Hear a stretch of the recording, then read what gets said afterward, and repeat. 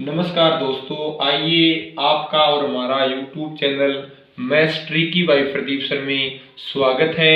हम आज कक्षा 10 सजीव डैश वर्ग गणित का पहला मॉडल पेपर हल करेंगे। बहुविकल्पीय प्रश्न, रिक्त स्थानों की पूर्ति कीजिए। दो क्वेश्चन हम देखिए। पहला क्वेश्चन में 18 क्वेश्चन आते हैं और दूसरे क्वेश्चन में 6 क्वेश्चन आते हैं। आज इन 24 क्वेश्चनों को हमें हल करते हैं। देखिए पहला क्वेश्चन, संख्याएं 6 और 20 का अभाज्य गुणनखंड विधि से एलसीएम ज्ञात करो। तो 6 का आप अभाज्य गुणनखंड करते हो। 6 में 2 का भाग दिया 3 बार, 3 में 3 का दिया 1 बार। 20 का करते हैं, 20 में आपने 2 का भाग दिया 10, 10 में भी 2 का दिया 5 और 5 में 5 का दिया। तो हम 6 को क्या लिख सकते हैं, 2 गुणा 3, और 20 को आप लिख सकते हो 2 गुणा 2 गुणा 5। ध्यान से देखिए, एलसीएम में अधिक घात वाले पद को लेते हैं। तो एलसीएम लेना है आपको, तो 2 इसमें 1 बार आ रहा है, 2 इसमें 2 बार आ रहा है, तो 2 की घात इसमें 2 है। इसको आप ऐसे लिख सकते हो 2 की घात 2 इंटू 5 की घात 1। इसमें 2 की घात 1 है, इसमें 2 की घात 2 है। एलसीएम में अधिकतम घात वाले पद को लेना है 2 गुणा 2, और आपका हो गया अधिकतम घात 3 की तो 1 ही है, 3 ले लिया, और इंटू क्या आ गया आपका 5। 2 को 2 से गुणा किया 4, 4 को 3 से गुणा किया 12, और 12 को 5 से गुणा किया कितना आया 60। तो संख्याएं 6 और 20 का अभाज्य गुणनखंड विधि से एलसीएम कितना आया आपका 60। ऑप्शन में मिलेगा आपको 60, तो उनमें से आपको 60 सही होगा। दूसरा क्वेश्चन, बहुपद x² माइनस 7x प्लस 12 का योग ज्ञात कीजिए। तो देखो, यह द्विघात समीकरण है। द्विघात समीकरण का व्यापक रूप होता है ax² plus bx plus c बराबर 0। तो इसमें एक का मान क्या हो जाएगा, x² का गुणांक। x² का गुणांक का मतलब है 1 है इसके आगे, तो 1 का मान 1, b का मान कितना आ जाएगा, b का मान -7, और c का मान अचर पद है, c संख्या 12 भी यहाँ पर अचर है, तो कितना आया 12। शून्याकों का योग का सूत्र होता है अल्फा प्लस बीटा बराबर होता है -b/a।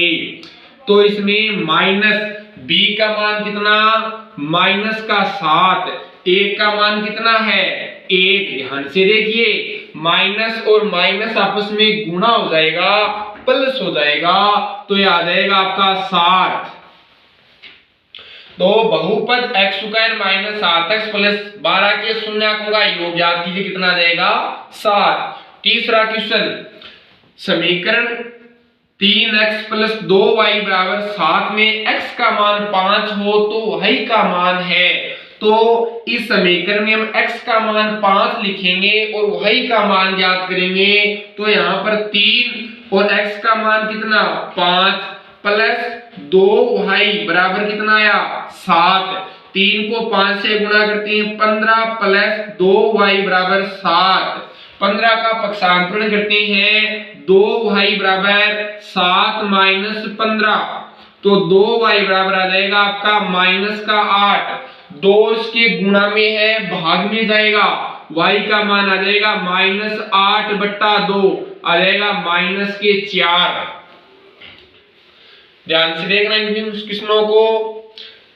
क्वेश्चन संख्या नंबर 4, दी गई आकृति में DE समानांतर BC, DE समानांतर BC है, त्रिभुज ABC है।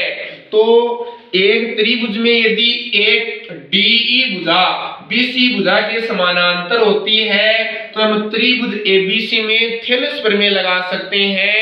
थेलस प्रमेय होती है आपकी AD, या आपकी AD बट्टा हो गया आपका DB, और बराबर AE, और बट्टा क्या हो गया आपकी EC। इसमें AD भुजा का माप दिया आपको 1.5 सेमी और आपको डीबी भुजा का माप दिया है 3 सेमी, ए भुजा का माप 2 सेमी, आपको इसी भुजा का माप ज्ञात करना है। तो एडी का 1.5 बट्टा 3 बराबर ए भुजा का माप है 2 बट्टा आ जाएगा इसी। बोलो कोई डाउट है तो 1.5 को यदि आप इसी से वज्र गुणा करोगे तो ये वज्र गुणा किया आपने तो आ गया 1.5 इसी बराबर आ जाएगा 2 इंटू 3 आया, 2 इंटू 3 इसी के गुणा में 1.5 है, ये भाग में जाएगा तो 2 गुणा 3 बट्टा आ जाएगा 1.5। 3 में यदि आप 1.5 से काटते हो कितना आता है 2, 2 को 2 से गुणा किया कितना आया 4, तो आप इसी का मान कितना आया 4 आया। क्वेश्चन संख्या नंबर 5, बिंदुओं 2, 3, 5, 6 के बीच की दूरी ज्ञात कीजिए। तो देखिए ये आपका ए बिंदु कितना 2 और 3 और ये आपका बी बिंदु है 5 और 6, इनको आप x1 मान लो, ये y1 आ जाएगा, ये x2 आ जाएगा, ये y2। आपके दो बिंदुओं के बीच की दूरी का सूत्र होता है AB बराबर under root x2 minus x1 का whole square plus y2 minus y1 का होल स्क्वायर। x2 का मान कितना यहाँ पर 5, ये 5 माइनस 2 का स्क्वायर और प्लस y2 का मान कितना है 6 माइनस 3 का होल स्क्वायर। 5 में से 2 निकालेंगे 3 का स्क्वायर करेंगे 9 आ गया और प्लस 6 में से 3 निकालेंगे तो 3 बचेगा, 3 का स्क्वायर भी कितना आया 9, ये अंडर रूट कर दो। 9 कितने हो गए आपके अंडर रूट 18, कितने आए अंडर रूट 18। इनको आप लिख सकते हो 3 अंडर रूट 2 इकाई, 3 अंडर रूट 2 इकाई। उसके बाद में यदि थीटा बराबर 45 डिग्री हो तो 1 माइनस कोस 2 थीटा का मान ज्ञात कीजिए। साइन 1 माइनस कोस 2 थीटा बट्टा साइन 2 थीटा है, तो थीटा का मान आपको 45 डिग्री रखना है यहाँ पर। तो 1 माइनस कोस 2 थीटा का मान कितना 45 डिग्री बट्टा या साइन 2 गुणा 45 डिग्री। यहां पर लिखते हैं 1 माइनस 2 को 45 से गुणा करते हैं 90 तो आ जाएगा कोस 90 डिग्री और बट्टा आ जाएगा sine 90 degree. 1 minus cos 90 degree बट्टा साइन 90 डिग्री। आपको पता है कि कोस 90 डिग्री का मान कितना होता है 0 होता है, तो 1 माइनस 0 बट्टा साइन 90 डिग्री का मान होता है 1, यह आ जाएगा 1 बट्टा 1 बराबर कितना आ जाएगा 1 मान आ जाएगा। यदि थीटा बराबर 45 डिग्री हो तो 1 माइनस कोस 2 थीटा बटा साइन 2 थीटा का मान आ जाएगा 1। अगला क्वेश्चन देखते हैं 7 नंबर का क्वेश्चन। एक ऊर्ध्वाधर छड़ की लंबाई तथा छाया की लंबाई का अनुपात 1:√3 हो तो सूर्य का ओनियन कोण ज्ञात करो। एक ऊर्ध्वाधर छड़ है आपकी, ये ऊर्ध्वाधर आपकी छड़ है और ये इसकी क्या हो गई परछाई हो गई या छाया की लंबाई हो गई।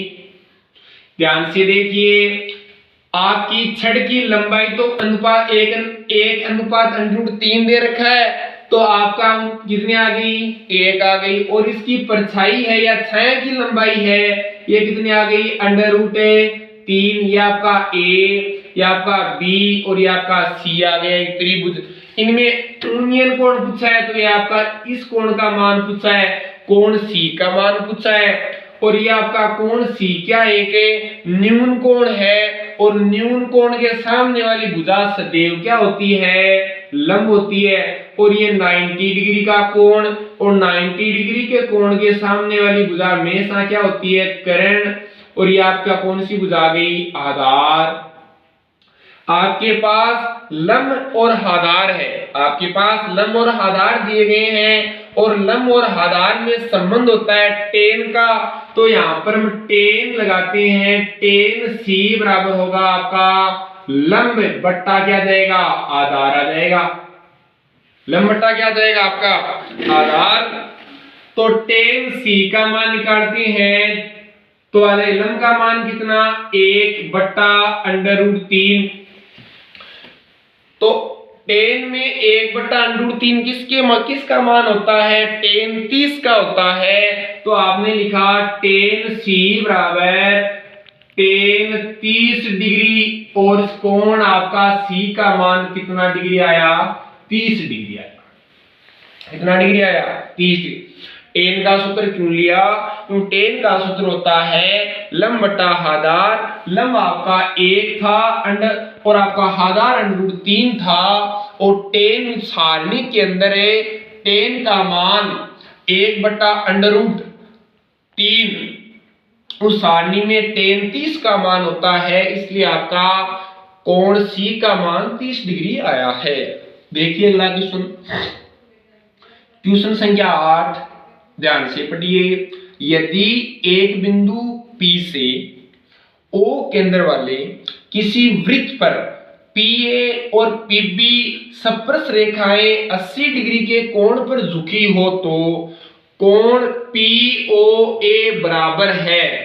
इन क्वेश्चनों को चित्र सबसे इंपॉर्टेंट रहता है। यह आपका एक वृत्त है, यह आपका एक वृत्त है, और यह आपका बाह्य बिंदु P है। इस बाह्य बिंदु से आपकी दो स्पर्श रेखाएं खींची गई है। यह आपका बिंदु P आ गया, यह आपकी A आ गई, यह आपका B। तो O केंद्र वाले वृत्त पर PA और PB दो स्पर्श रेखाएं खींची गई है। ये बात अगले ने बोली है, और ये 80 डिग्री के कोण पर झुकी है। ये कितने डिग्री पर कोण पे झुकी है, 80 डिग्री के कोण पे झुकी है। इस वृत्त के केंद्र को हमें बिंदु A और बिंदु B से मिला दिया जाता है। अब ध्यान से समझो, प्रश्न में क्या पूछ रहा है, POA आपका पूछ रहा है, POA ये कोण पूछ रहा है आपका, देखो ये कोण पूछ रहा है। तो ये आपका 80 डिग्री का कोण है, ये आपका 80 डिग्री का कोण है। तो इनमें आप बिंदु O को P से मिलाते हैं, तो आपका ये कितने डिग्री का कोण आ जाएगा, ये आ जाएगा 40 डिग्री का। ये भी कितना डिग्री आ जाएगा, 40 डिग्री का। ठीक है, अब आपकी यह वृत्त की स्पर्श रेखा है, और यह आपकी वृत्त की त्रिज्या है। वृत्त की त्रिज्या और स्पर्श रेखा के बीच का कोण 90 डिग्री का होता है। इनके बीच का कोण कितने डिग्री का आया, 90 डिग्री का, क्योंकि वृत्त की त्रिज्या वह है स्पर्श रेखा के बीच का कोण कितने डिग्री का होता है, 90 डिग्री का। अब आपको देखो इस कोण का मान याद करना है, तो त्रिभुज बन रहा है OAP, त्रिभुज OAP, त्रिभुज आपका OAP बन रहा है। त्रिभुज OAP में आपको पता है कि इस कोण का मान, इस कोण का मान और इस कोण, त्रिभुज में तीनों कोणों का मान 180 डिग्री होता है। तो आपने लिया कौन सा, POA प्लस OAP प्लस आपने लिया OPA बराबर कितना डिग्री, 180 डिग्री। POA ये आपको ज्ञात करना है, POA आपको ज्ञात करना है। और ये आपका कितना डिग्री का, 90 डिग्री, 90 डिग्री प्लस 40 डिग्री बराबर 180 डिग्री। 90 और 40 130 डिग्री, तो कोण PAO बराबर आ जाएगा 180 माइनस 130 बराबर आ जाएगा 50 डिग्री। कितना डिग्री आ जाएगा, 50 डिग्री। क्वेश्चन संख्या 9 देखिए, 14 सेमी भुजा वाले वर्ग में बने अंतः वृत्त की परिधि होगी। तो 14 सेमी का एक वर्ग बनाते हैं, ध्यान से देखो। या आपने एक 14 सेमी का एक वर्ग बना लिया, प्रत्येक भुजा की लंबाई 14 सेमी है।